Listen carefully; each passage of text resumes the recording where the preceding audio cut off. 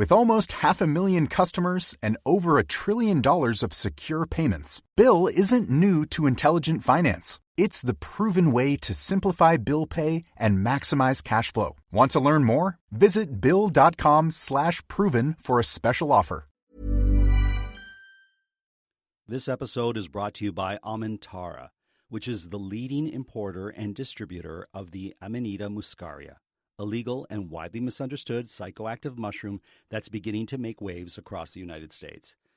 You know how much our listeners loved our mushroom episode, so I'm excited that this sponsorship is mushroom-related and really hits a pain point for our listeners, and that is sleep, of course. You might be thinking, what is Amanita muscaria? Well, Amanita muscaria is a legal but widely misunderstood mushroom with a long history of traditional use. Unlike psychedelic mushrooms, Amanita muscaria is most often used for nervous system regulation, relaxation, and sleep, not for intense or visionary experiences. Because trust me, when I finally go to sleep, I don't need any help heightening any of my dreams. The thing that grabbed my attention is that Aimee prioritizes education, harm reduction, ethical sourcing, and lab testing, and actively discourages the misuse or sensationalized claims of this mushroom. If you're interested, please learn more about Amanita muscaria and Aimee's approach. Visit aimeentara.com, AMENTARA.com. I know that was fast, so I have it in our show notes so that you can have easy reference to it.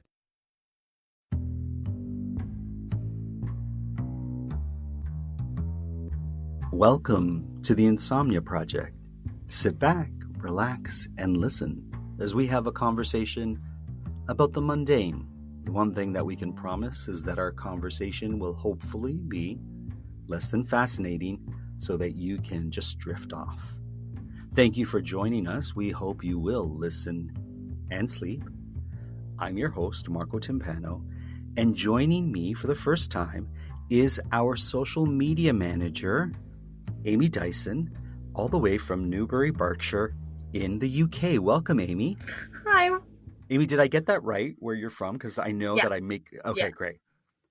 I know that I often get place names incorrect, and I don't want to do that neither to yourself or the place you're from. So, so thank you for joining us today.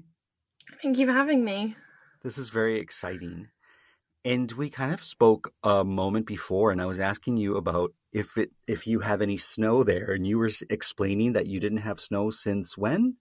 The last time it snowed? We had a lot of snow in, I think it was March 2018.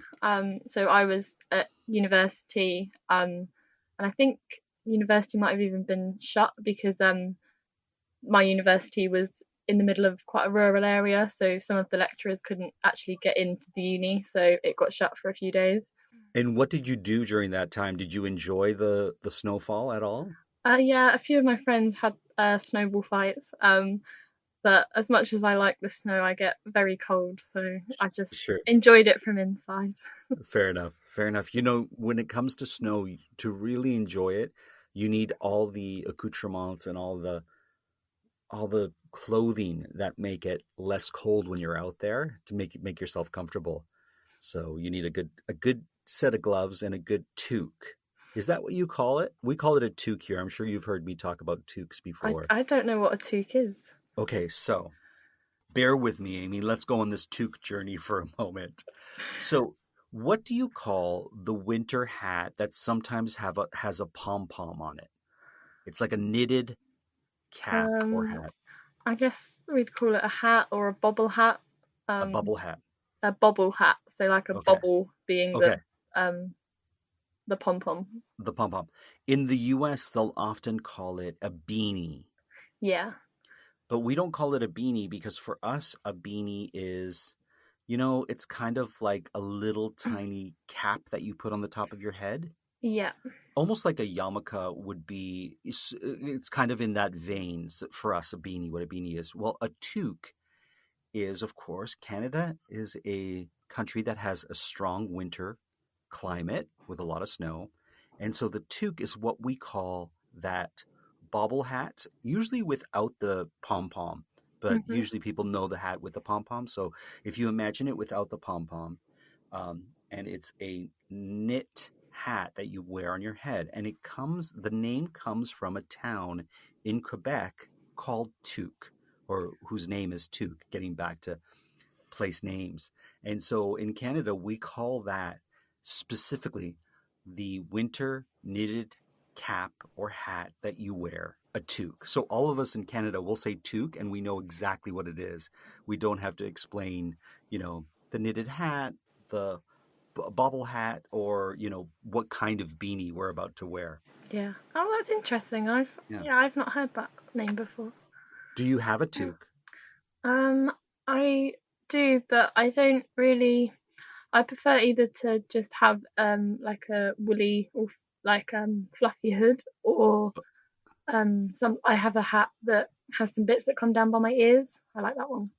Sure, sure. You just haven't found the right toque yet, Aimee. Yeah, maybe that's it. Okay, you were mentioning that the snowfall happened around your university or when you were at university. I'd love to talk about dissertation writing and, in particular, what you wrote as your different dissertation at university. Yeah, so I finished university this summer from Canterbury, Christchurch, in Canterbury in Kent, and I wrote my dissertation on the title was Form and the Feminist Text, and then it had a bit of a longer sort of subtitle after Oh, that. we need the subtitle for sure. Um, I know, for example, my book I wrote, I don't know why I chose the world's longest title, 25 Things I Wish I Knew Before I Started My Podcast. I could have just done 25 podcasting tips, made everyone's life easier, but I decided to go down the long title road. So tell us the title, the complete title of your dissertation. so my complete title was Form and the Feminist Text, Writing Social Change in Literary Text from the Late 19th Century to the Present Day.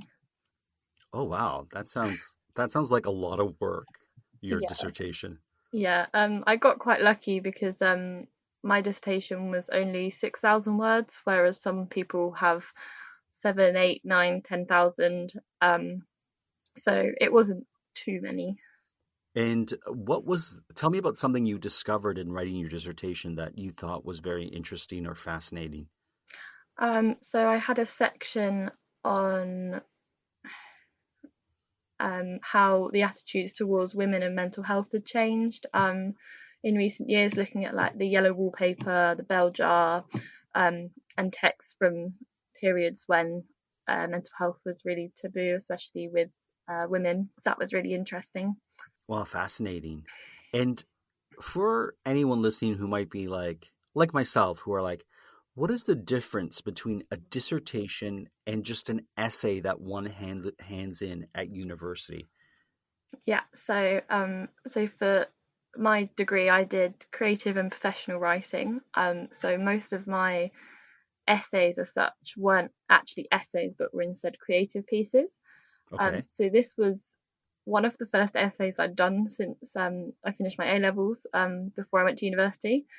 Um, Whereas all of my peers did creative work, so they wrote like part of a play or the start of a novel.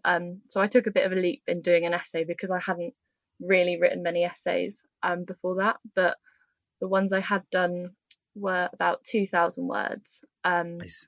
and were very much like an introduction, and then a few points, and then a conclusion. Whereas my dissertation, I separated it into 5 subsections.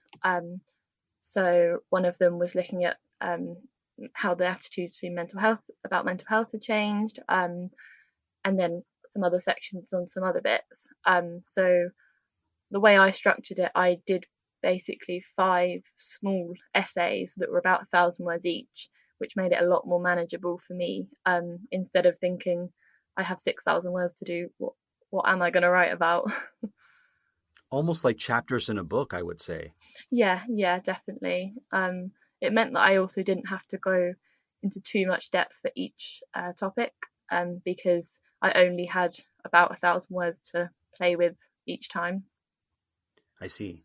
And who is an essayist that you enjoy reading? Oh, I don't know really. In writing my dissertation, I found some interesting journal articles online. Some of them just written by students, some of them written and published in books. I can't really remember any specific ones. There was one about, I think it was called, uh, it was about gender inequality in 1984 and about Okay. how Orwell presents his female characters and stuff. And that was quite an interesting piece to look at and inspired some of my own thinking. So let me ask you this. Beyond writing the dissertation, are you the type of person who prefers to read books, short stories, or essays, or all three? Um, I do like to write essays. Okay. I wouldn't say I'm a massive fan of reading them as a sort of pastime. I like to read books, but at the minute I'm actually reading a non-fiction book, um, which I guess has links to sort of being a sort of essay, as it's not got the typical structure of a fiction book.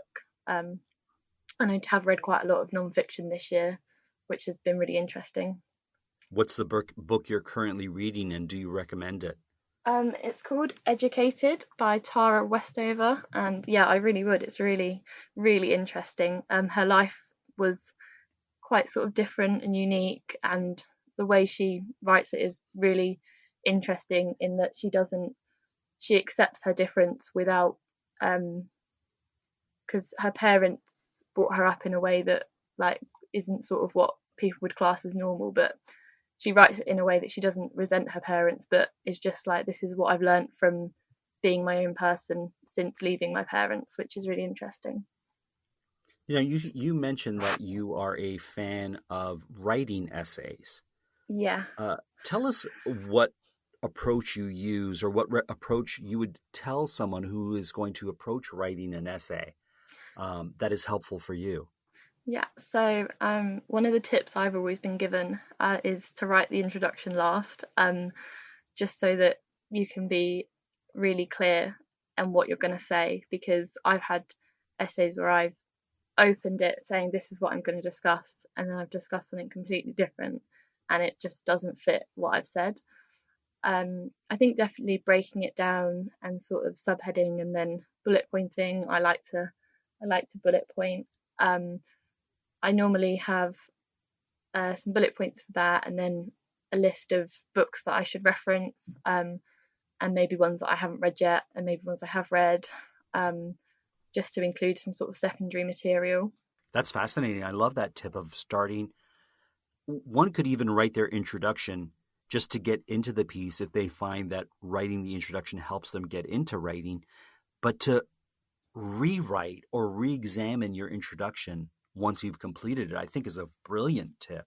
Yeah, I think that I found that with my dissertation too, because what I wanted to argue in the first instance wasn't what I ended up arguing. And when I spoke to my supervisor who helped me with my dissertation, she said, like, you need to edit it because you really need to hone in what it is that you're discussing. Um, and then obviously linking the conclusion back to the introduction, just saying this is what I've found from my research. What's the most satisfying thing about essay writing for you? I think sometimes when I go to write things, I'm not quite sure what I want to say. So I think once you hit that point of, okay, this is the argument that I'm taking, I think it's quite, for me, it's quite a good way to figure out how I actually feel about things. Because a lot of essays I've done at school and at uni, they like you to argue both sides of it. So um, yeah, so you have to argue like for and against, and it's always interesting for me to find out which side I actually fall on, especially if I thought I was really for the argument, and then there's a few bits of against that are actually like resonate with me. I see. Has your mind ever been changed from when you initially started writing an essay to completing that essay? And if so, what happened? Um, I'm not sure. I'm not sure. I know that I wrote an essay at A level for my media coursework about the presentation of females in romantic comedies. And I think from that I learned that there are some issues with some of the films that I looked at, but I also really enjoy the films, and I think I can enjoy them while also acknowledging that there are issues. So I think that's been something that's quite interesting, and linking that to my dissertation again with some of the pieces that have dealt with sort of issues of the time. I've again really enjoyed reading about it, and I think that although books such as like the Bell Jar, obviously they display a very worrying belief about mental health and stuff, but it's also interesting to have that sort of historical reference to look at as someone that isn't living in that time with those issues. Sure. When it comes to managing money, forget the hype and look at the results. Bill has $1 trillion of secure payments powering our bill pay tools. Instead of just moving money, Bill is powering the financial operations of nearly 500,000 customers. So stop the guesswork and start scaling with the proven choice. Ready to talk with an expert? Visit Bill.com/proven to get started. And grab a $250 gift card as a thank you. Terms and conditions apply. See offer page for details. So yeah, I think that, yeah. Of course, we here at the Insomnia Project really appreciate everyone who works in mental health and who seeks out mental health professionals to help them with any issues that they're dealing with, including myself. I've certainly leaned on that kind of help, and we encourage you to do so should you feel you need that. Aimee, let me ask you this. So going from essays to what your role is here at the Insomnia Project, which is managing the social media, one could say that a tweet on Twitter is almost like writing the miniest of essays. What's your approach to tweet writing or to writing for Twitter? Oh, that's an interesting question, actually. Linking Every that once back, in a while I come up with one, Aimee. linking that back to something I did in my degree. Actually, we Sure. had to do some flash fiction and hint fiction, and I think hint fiction is 15 words or less, so you have to tell a story in 15 words or less. And Twitter was quite good for that too. Obviously you're limited with the words that you can use, so it's interesting to try and tell a whole story in 15 words. But yeah, I think with Twitter, the way I've been using it has definitely been to try and engage with people, and especially tweeting as the Insomnia Project, definitely to be tweeting sort of as a person and not as a company that doesn't sort of resonate with its listeners and followers. So just trying to have that personal touch and get people to realise there's actually a person behind the social media of it. And yeah, just engaging with them. Now, since we're on this topic, what would you like our listeners to know about our social media and how they can engage with us, or things you'd like to see from them, for anyone who's kind of like, oh, I don't know if I want to do that, or I don't know if it falls on deaf ears, or I think the thing that a lot of people think, I don't know if my voice or my opinion matters.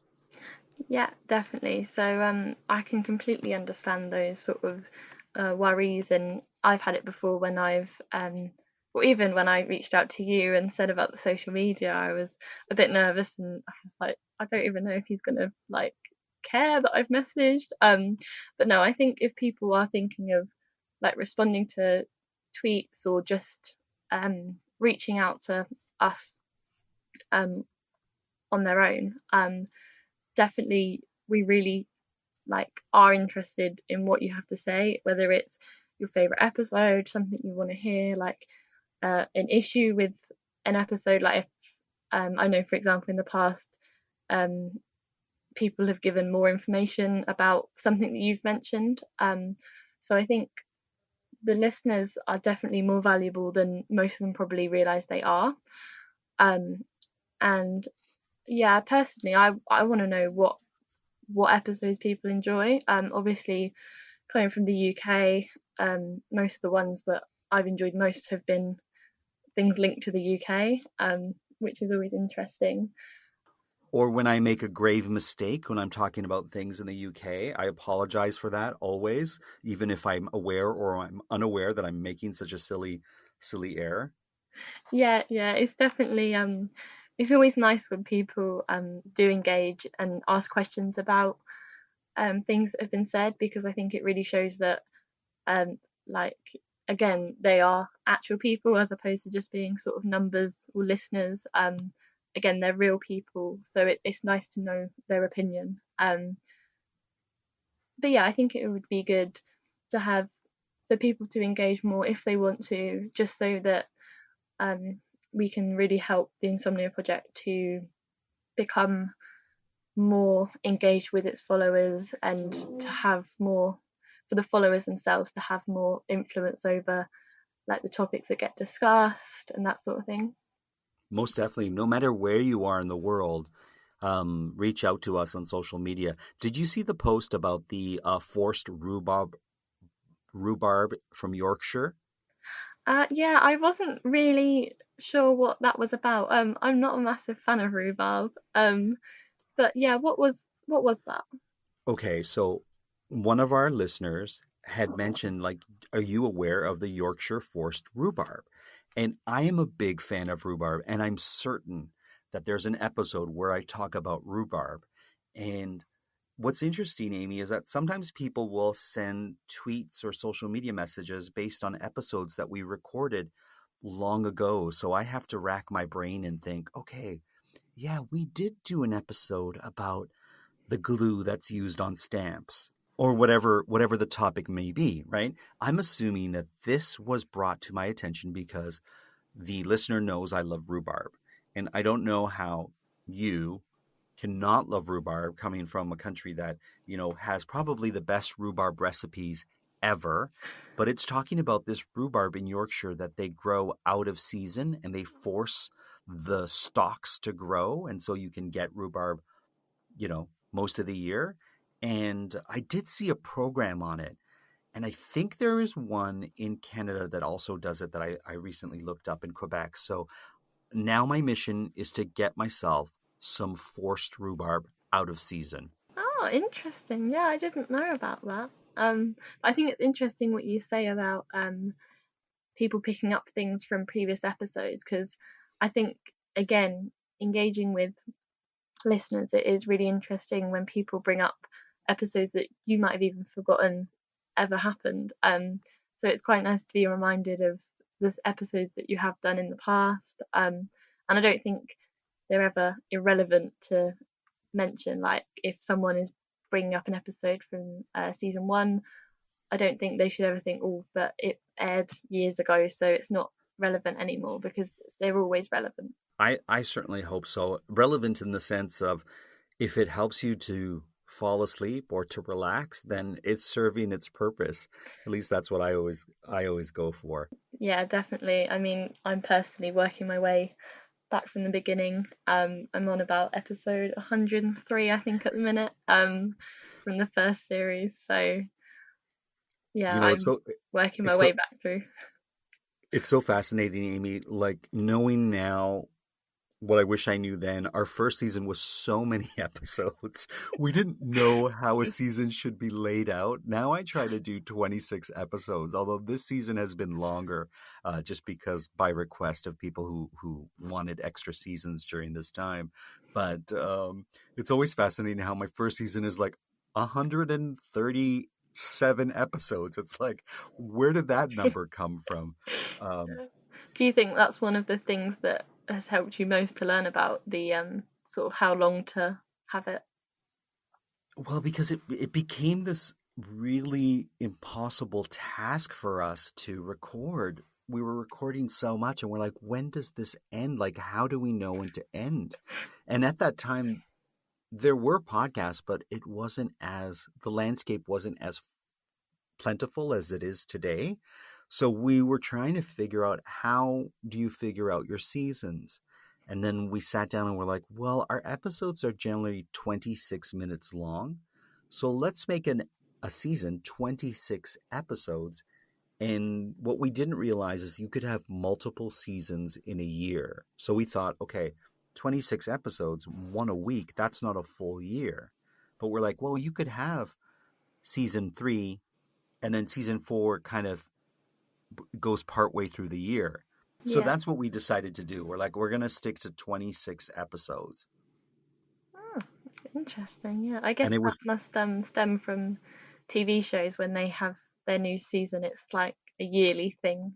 right. With I think in those terms, right? I think in television and film hmm because that's the industry I work in.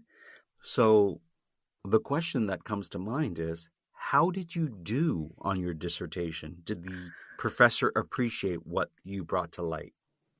yeah, I actually did a lot better than I was expecting. I got um hang on again. I'll Oh, have to you don't have find. to, if you don't feel comfortable telling us your Oh, grade, that's oh fine. no, I do. I just can't remember exactly what it is, and I don't want to say I did better than I did. Yeah, so I actually did a lot better than I was expecting.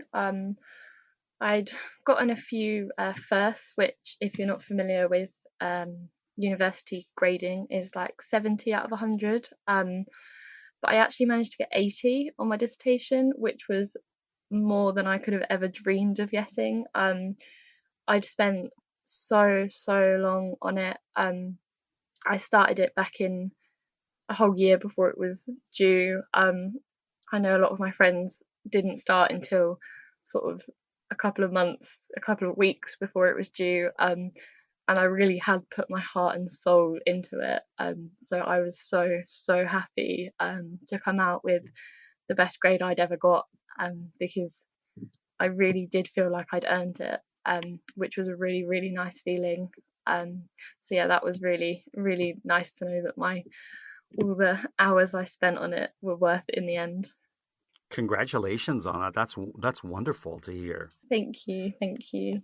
So here's another question, always in the vein of reading.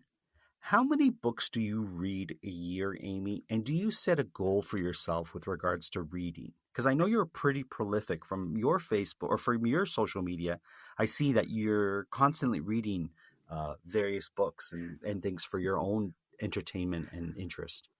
Yeah, so I use Goodreads, which I'm not a massive fan of, but it's the best there is out there at the minute for me to use. And last year I set myself a goal of 20 books.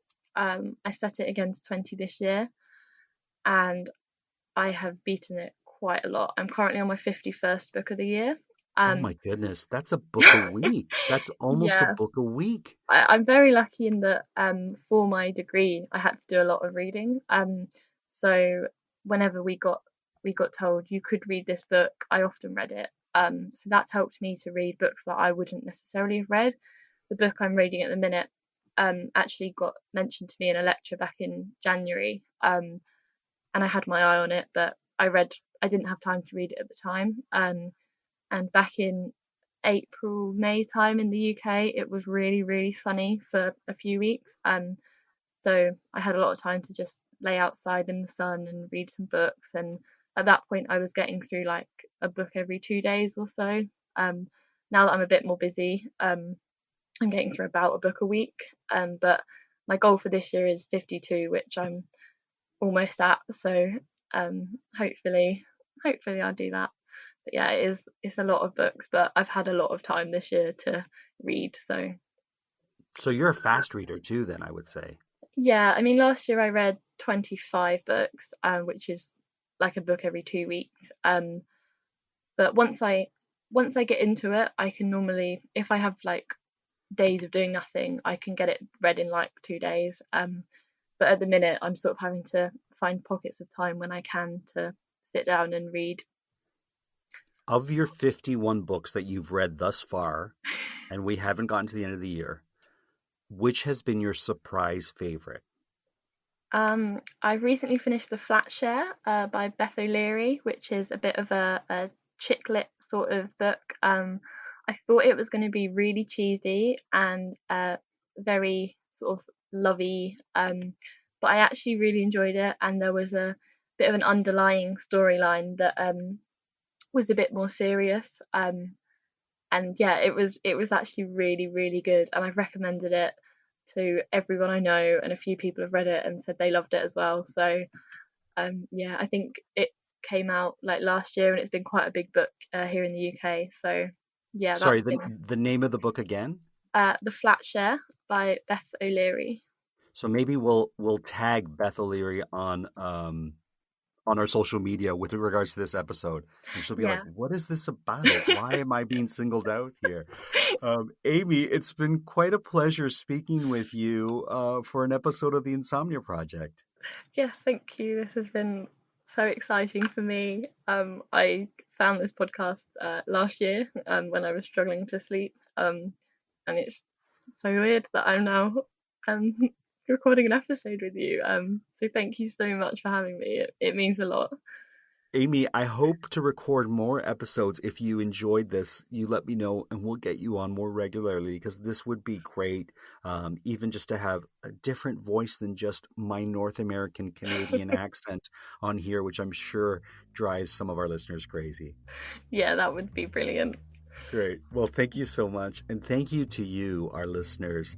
We're going to have some holiday episodes coming up in the near future. If there's a holiday topic you would like us to talk about, please let Aimee and myself know through any of our social medias, which you can find on our show notes, or just type in the Insomnia Project and see what comes up. Until then, we hope you were able to listen and sleep.